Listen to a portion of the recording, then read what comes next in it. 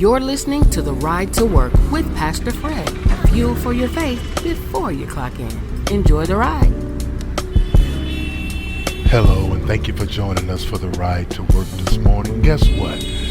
Riders, it is Friday. It is Friday, and this is our 5 for Friday episode. This is where we field questions from you, the listeners, the riders. 5 questions for today that you have asked based on the series this week that you want an expansion on, you wanted us to expound on, should I say, and this is what we're here to do today.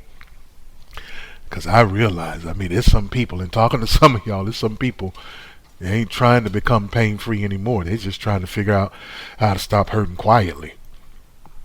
That's what they're trying to do. They're just trying to keep it under wraps. They want to be the picture of strength on the outside, but quietly they're just breaking down on the inside. But we want to talk about it today through questions that you have asked. And I thank each of you.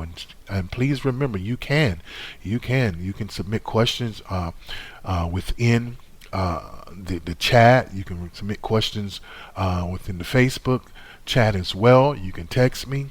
You can call me. This is basically where these questions came today, through Texas and a couple co-workers and all of that. So we want to just jump right into it and get right into it, because this was pain-free week, and it's been a good week. We've talked about numbness. We've talked about emotional exhaustion.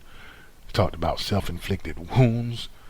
Talked about pain becoming identity, surviving emotional damage. We've talked about and discussed a lot. So that's why we're doing 5 for Friday today, because I realize sometimes the strongest people, they still have the hardest questions, and they want answers. And that's what we want to be here for, to give you answers. I'm not a therapist or anything like that, but I have had experiences in life that I know I can share some type of wisdom with you to help you with these situations. So we're going to get right into question number 1, which is, and this came via text: how do I know if I'm healed or just numb? That's a great question, man, right out the box. That's a powerful question. To be honest, numbness and healing can sometimes look familiar from the outside.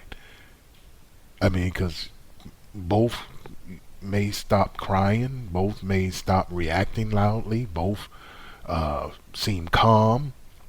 But the difference is, and hear me when I say this, numbness avoids feeling, while healing processes it.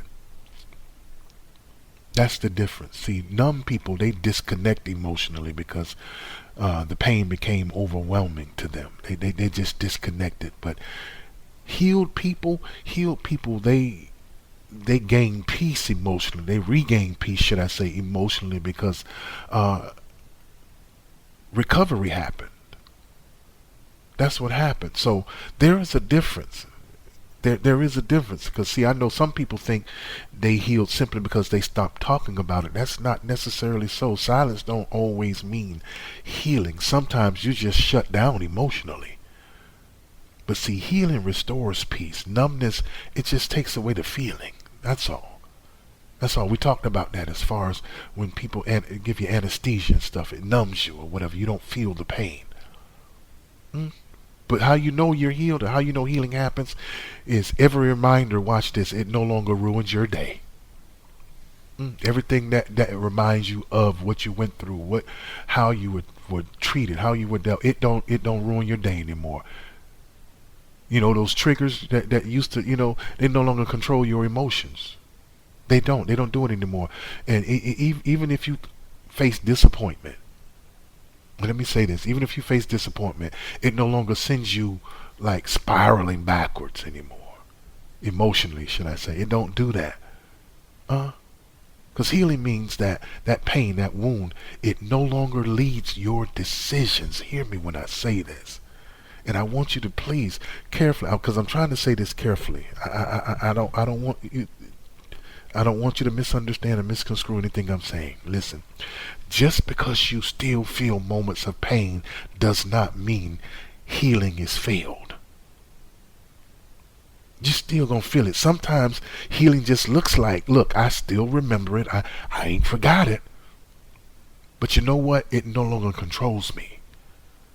That's what healing looks like. It no longer controls me.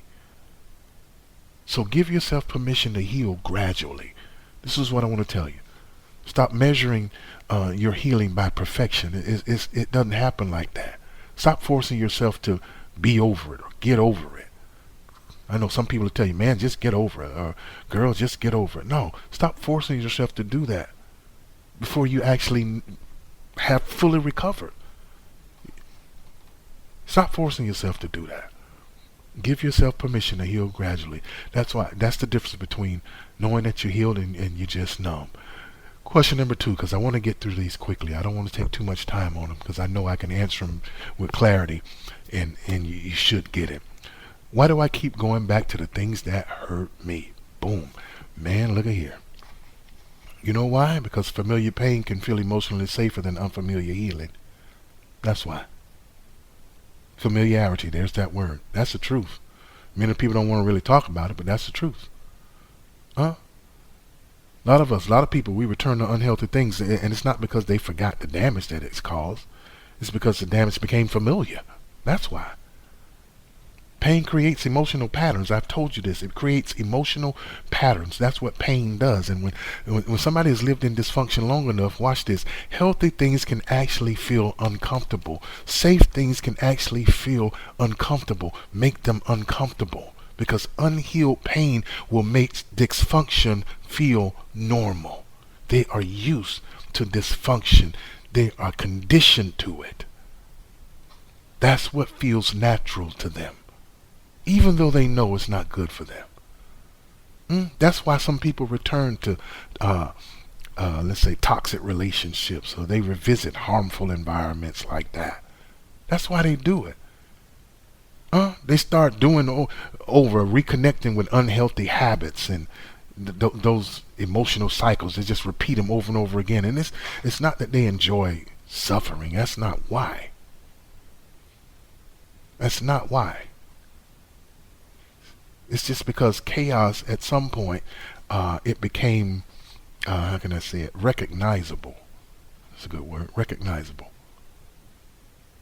So you got to understand, this is what you need to do. You got to stop dressing up what hurt you. Stop dressing it up. Be honest about it. Not just the moments that you miss, I guess emotionally, I'll say it like that. Get the full picture of it. That's what you have to do. You understand? I mean, missing something don't always mean you're supposed to reconnect with it. It's not what that means. Familiar does not automatically mean healthy. Question number 3.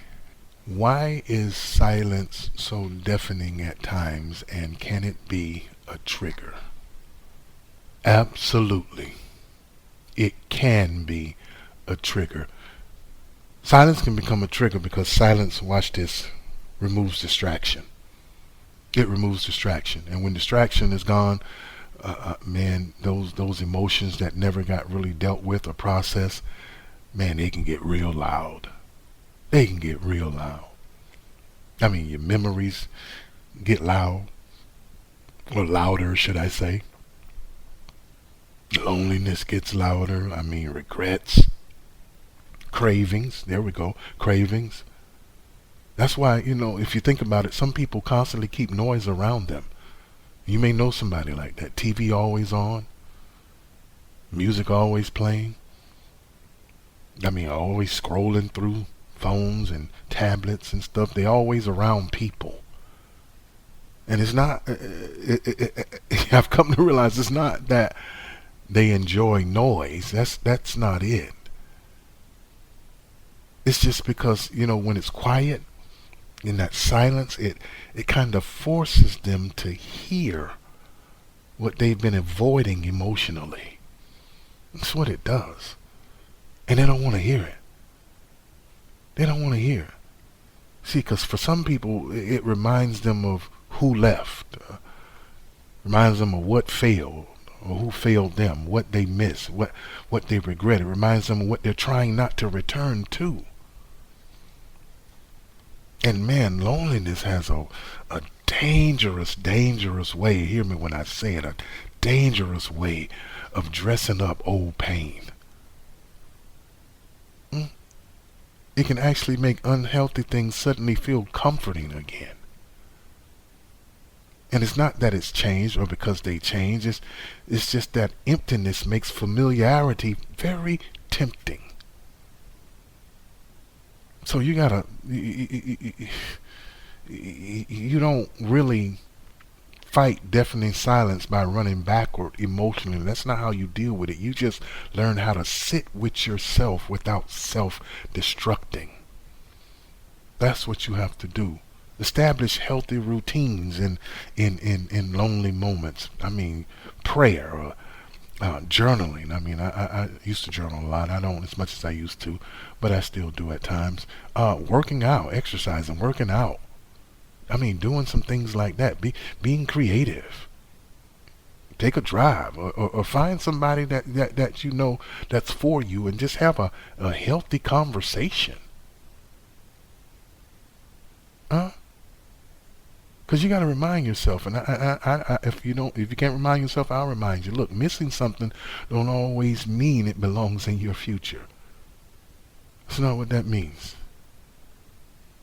Healing gets a lot louder before it gets peaceful. I got to tell you that. It does. Question number 4. We want to move on. I'm almost done. Question number 4. Why is it so hard for people to become accountable when they're the ones who cause the damage themselves? Man, look, I'm going to answer that straightforward right away, because accountability forces people to confront themselves honestly. And that's uncomfortable. It's easier to blame blame it on timing, blame it on other people, blame it on stress, blame it on your childhood, blame it on circumstances.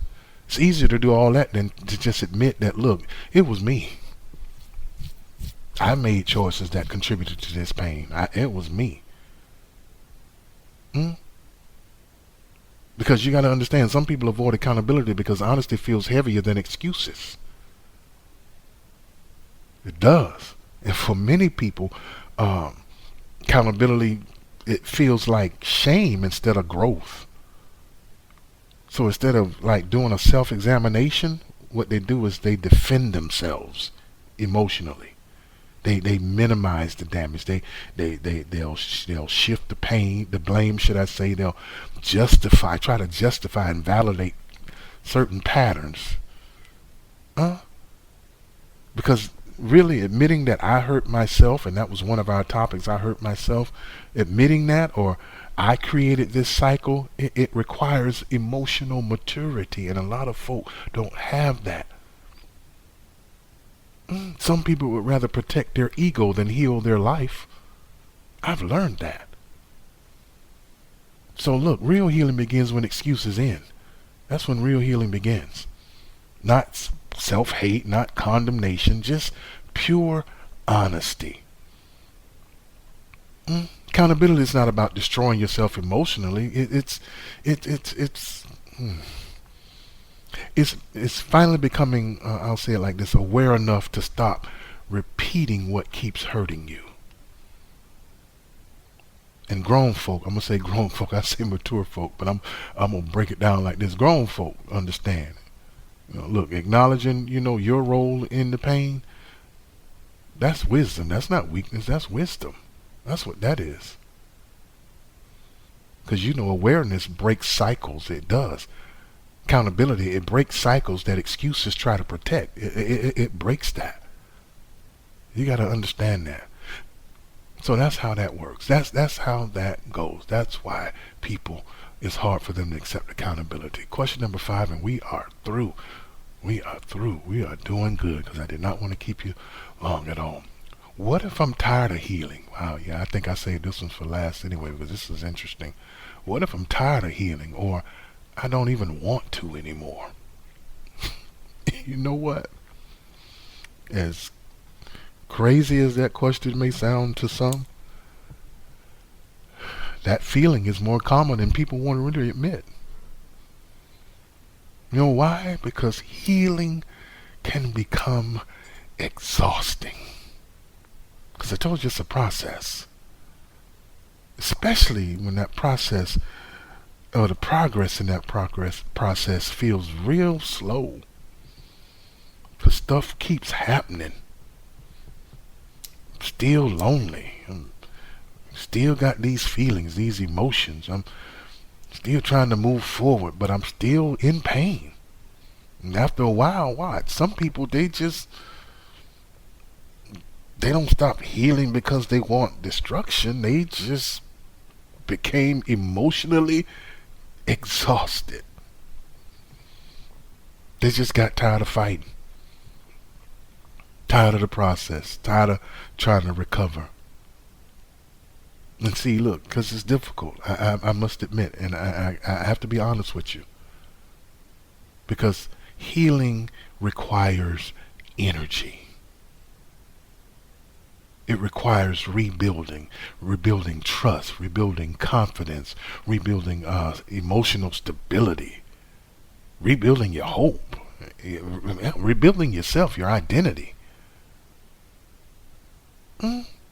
And that can be overwhelming when you're trying to constantly do that. Especially when, watch this, when nobody really sees how hard you're trying. Yeah, that's why. Because some people will say, what if this is just who I am? It's just me. What if I never really fully get over this? What if I'm just tired of trying? But hear me when I say this, and I'm done. Wanting to stop healing is often a sign that you just need some rest. You don't need to surrender. You just need to get you some rest. You don't have to heal perfectly. You don't have to rush recovery. You ain't got to force yourself to feel strong every day. Take some smaller steps. Take baby steps. I mean, get you some emotional rest. Give yourself some grace. Don't be too hard on yourself. You can do it. One hard day don't erase progress. You're going to have them, but it doesn't erase how far you've come. So you got to understand that. Because healing is not the absence of hard days. I've told you this before. It's just refusing to just permanently live in that brokenness. And I don't know, maybe this is what you need to hear today. But I'm going to say it, and we're done.